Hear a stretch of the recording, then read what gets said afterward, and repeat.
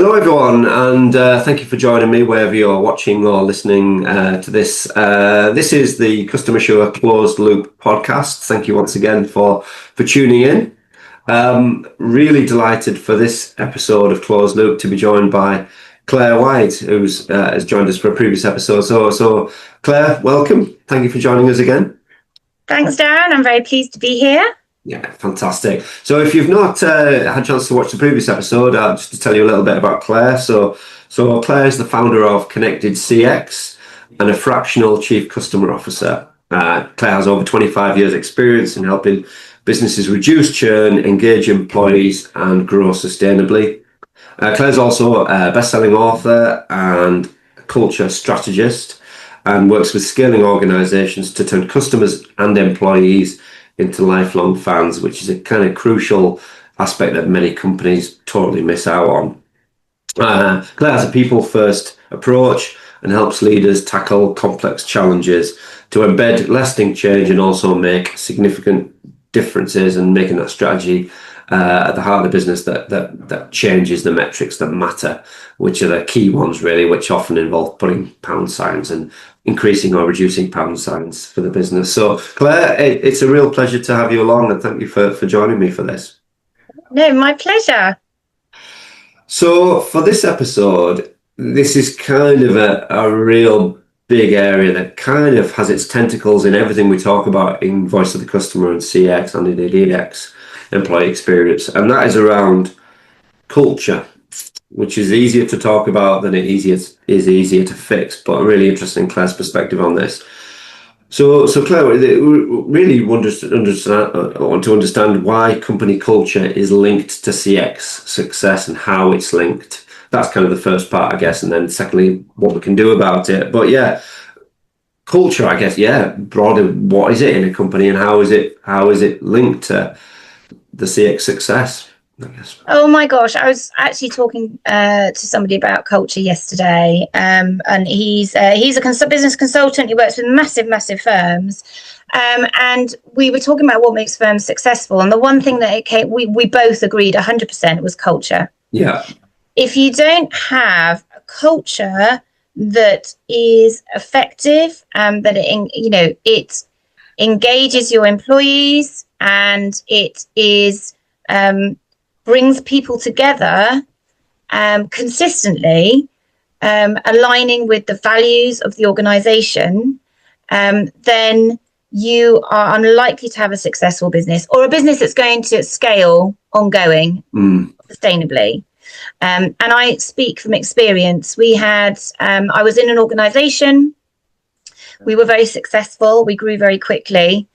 And alongside that, you get new people into the business. You lose valuable people. There's natural two-way process. Things change because you're growing. And if you don't keep sight of your culture, you will lose it. Yeah. And when you lose your culture, you lose your business identity, and your customers can feel that. And so ultimately, I think a long way of saying culture, in my opinion, and I've seen it, is absolutely essential to enable you to deliver an excellent customer experience. Yeah, no, I totally agree. It's it is the biggest area that is the critical success factor, whether customer experience will increase or whether it'll fail, and also employee satisfaction, employee experience as well. It's linked to everything. I think a good culture is one that the challenge I see is no leader says, "Oh, we want a bad culture." We've all, as people, known or worked with toxic cultures or known of them, and like I say, there's often a high turnover of staff, lack of trust, lack of empowerment, big brother. And generally, they're often driven by numbers or a separate agenda. But I think, by and large, most companies say that they put the customers at the heart of what they do. They're customer centric. They want to do right by customers. They want to deliver consistently great customer experiences. But talk is cheap, isn't it? It's so easy for companies to pay a lip service to any of that sort of thing.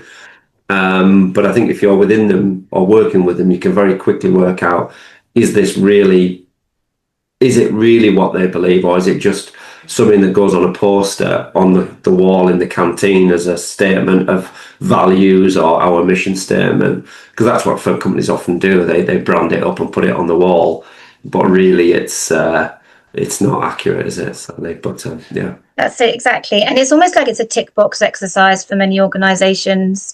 And I think initially it probably wasn't that. It probably started as a real clear intention. We want to have a great culture.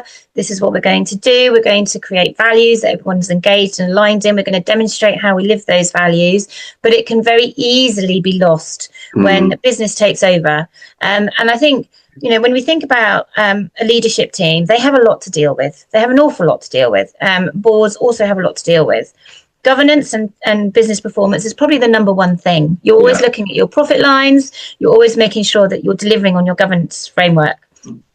Next, you're probably thinking about your employees, because without them, you're not going to do anything. And next, you're probably thinking about your customers.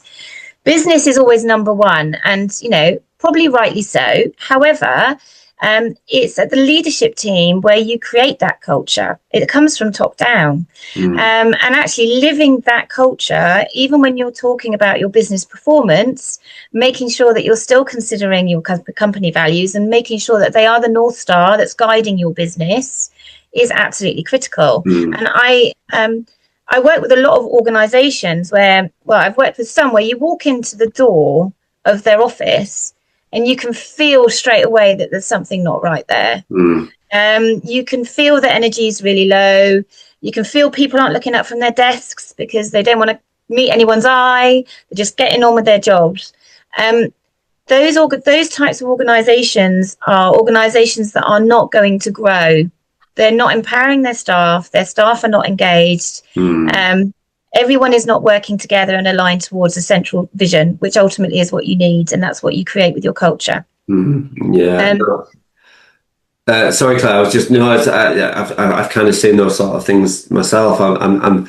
It's quite sad to say. I'm just thinking for the CX leaders who are watching or listening to this, who may or may not be in those environments. So I guess two questions: can they change it? Which is, I guess, first one, and secondly, what do they do?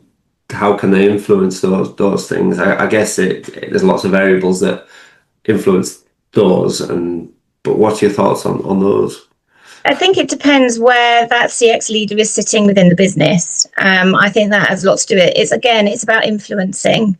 And if you are feeling that the organization's culture is not where it needs to be, then it is understanding. And again, I think it's probably working with HR to understand how employees are feeling. And using your customer data to determine how your customers are feeling about buying from you. And then it's using that data to influence the senior leaders that, we need to do something. And actually identifying what the cost of not doing something is. And I have got a statistic. So organizations that think they have a successful culture, they believe they have a successful culture, see 47% increased revenues than those that have a poor culture. Now, that's significant. And I'll be honest, from what I've seen, both with the businesses I've worked with and the businesses I've worked in, is I have seen culture directly related to results and directly related to revenue. When cultures are good and improve, employees feel empowered, engaged. They do a great job because they want to be there and they believe in the mission of the business. They believe in the culture and they believe what the business is trying to do. And that's really important. And you can't, if you don't have that, then you're not going to be delivering a great customer experience across all areas all the time. I think that's fair to say. And I think without that culture kind of incubating and fostering a healthy customer first approach, that's not to say there won't be some areas of excellence. There will be, but it'll be kept quite siloed and it'll be kept in little pockets where they've got leaders responsible for certain areas that are doing the right things or maybe fostering a better team environment. But it won't be widespread, and then you end up more with like siloed working rather than people working collaboratively to improve. I'm wondering, I asked the question about can someone change it, and it depends on almost like brutally its level of seniority and whose ears they have, I think. And if you're a CX leader, but the structure of the business means you don't have access to the top table, and you're just kept in a little corner to say, all we want from you is an NPS score every month, and then just get on with it. Then it may be very hard to influence that from within.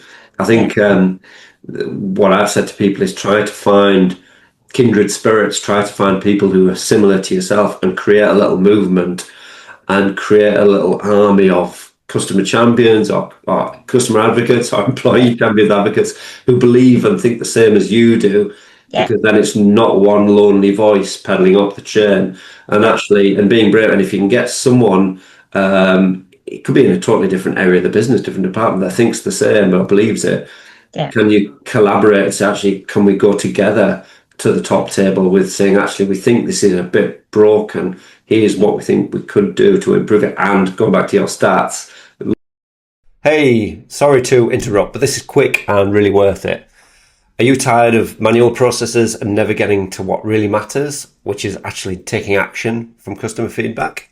Well, I think you'll find this really useful. CustomerSure's new AI-powered text analytics feature, where comments are automatically tagged, sentiment applied, and you get clear actions of where to prioritize your efforts. Now, click the link in the comments to get more information and really check it out. Now, let's get back to the video. Over your stats, actually, this is what the outcome would be and how it would help us. Then it's not one lonely voice, or it's just Claire, the head of CX, going on about this again. It's a much bigger thing. And then you perhaps got a fighting chance, I think. That's my view on it. Yeah, no, I'd agree. I think as CX, if you're in CX in any capacity, driving and gaining advocates across every department in the business is something that you have to do. Yeah, it's a big part of your role. So I think, yes, finding those people that are going to support you and think in the same way as you is really important. And I think any CX leader going into a new business, I'd encourage you to almost do that first. Figure out who are those people in the departments that are focused on the customer and passionate about the customer, and make them your best friends. Yeah. Really, really make them your best mates. I totally agree with that. I think it is. And one thing I often say is about creating customer champions in different areas of the business, different pockets. And it's finding those people that are aligned to you in not that you want, carbon clones of yourself, but people that have a similar approach. And if they're toxic, like, I hate working here, moan about everything's rubbish, moaning about the management, moaning about the company. And every company, particularly the bigger the company that has got people like that, then you want to kind of keep away from those people because they're going to drag you down as well. But find the advocates and then create your little movement of fans, if you like. And ideally, I agree, absolutely, get to know them, go out for lunch with these people, have coffee with them, have chats, and then build that advocacy. And then hopefully you get someone senior, contact center, service teams, sales teams, deliveries, accounts. It doesn't really matter too much what pockets these people are in.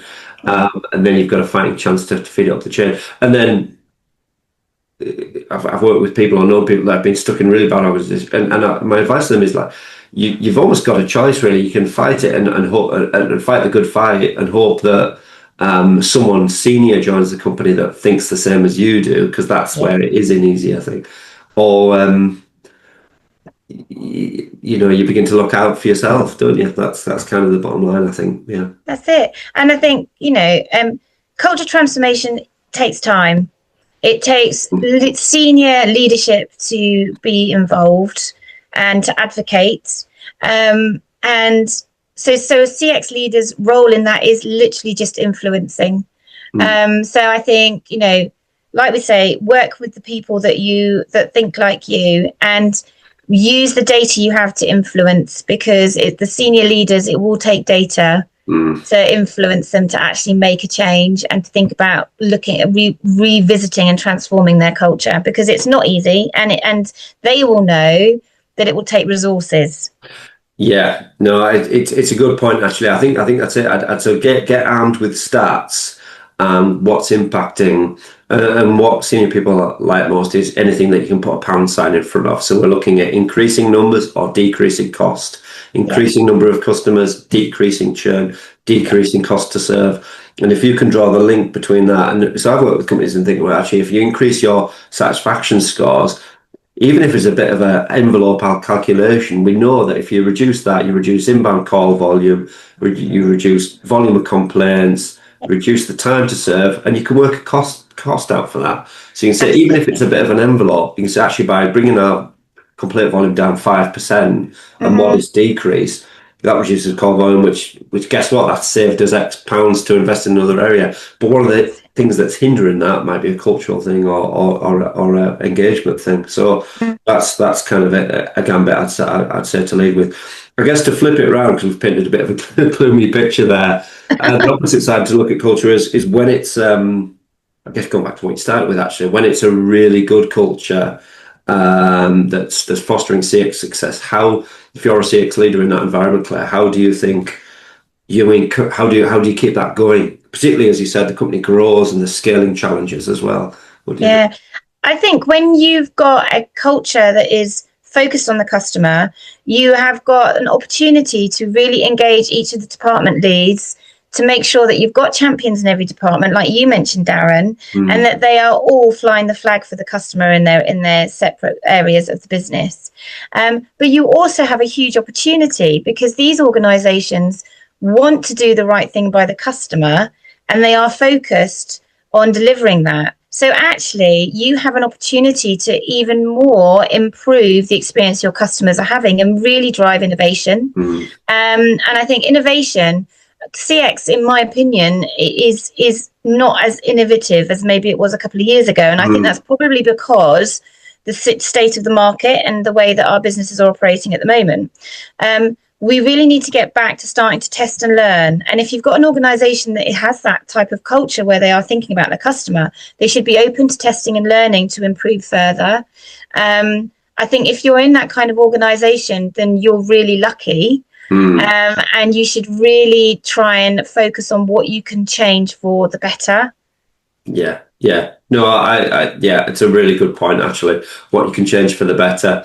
I think what I'd like to add as a final thought as well is because obviously CX leaders, they're collecting a lot of voice of the customer data, they're measuring satisfaction, they're taking actions, and I think there's a natural, quite rightly so, actually, a natural look at what's the dissatisfaction, where are our problems, where do we need to improve and put out fires and improve service and so on.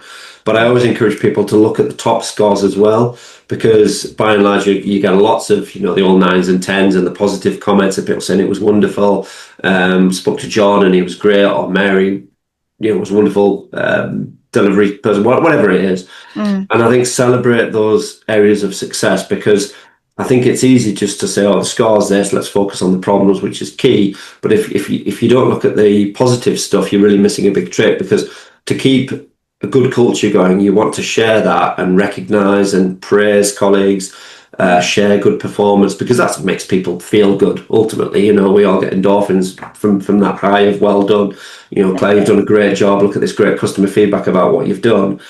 Use that, but also say that's down to the culture that we've fostered here. And I'd keep banging that drum with senior people, actually saying this is because we've got this great culture in this team, in this department, in the contact center, in the sales team, in the business. And then it becomes really precious and something that you cling on to, and it becomes a differentiator. We've said on an earlier podcast about the link between employee engagement and customer success, and we all can spot companies we speak to that are disengaged. And I think go back to the success point you made, actually, in the stats you shared. If you have that culture, customer first culture, and doing things right, you will be more successful. It's going to be a long-term play, but you will be, and it'll be easy to get stuff done. So I think the way you encourage and foster that is keep repeating the good stuff. I say, look at this great feedback, look at our really customers that love us. That's because of the culture we've got here. Cling on to it, I think that's key. Yeah, that's a really good point. I think reward and recognition is a massive part of a good positive culture. Linking it to kind of customer experience is a great idea. And I think really recognizing when your business is doing brilliantly in a certain area is really, really key. And having a bit of a rah-rah about it. So I think a lot of the organizations I've worked in that have been great at this, when we've done something well, we've gone out for a drink, or we've got in some cakes or something into the office. I know this was more office days than hybrid's a bit more difficult, but do something to celebrate. Yeah, no, absolutely. I couldn't agree more, actually. Is focus on the positive, celebrate the positive. So an actionable tip for everyone listening and watching, actually, is seriously, because we always try and make these with tips to people, is celebrate the good stuff. Yes. Celebrate the good stuff. It's yes, there's always things to improve. There may be things that are broken that need to be fixed, but keep the positivity there, and celebrate it and share it. So yeah, absolutely. Yeah, that's been great, Claire. I mean, we could chat all day about culture. It's kind of like a tip of an iceberg chat, isn't it, really? It is. But thank you once again. That's a really great chat, Claire. Thank you for taking time out of your day to join us on the Closed Loop podcast. It's great. Great, pleasure. What I say to everyone, so I'll put some links in. Please do connect with Claire on LinkedIn. Hope you don't mind, Claire, but can reach out to Claire on LinkedIn. She knows an awful lot more about culture and employee experience than I do. So connect with Claire, and if you agree, disagree, I've got points you want to raise, please do drop them in the chat or DM us, and we'll be happy to respond. But thanks again, and hopefully we'll catch up again soon, Claire. Thanks. Thanks very much. Bye. Bye-bye.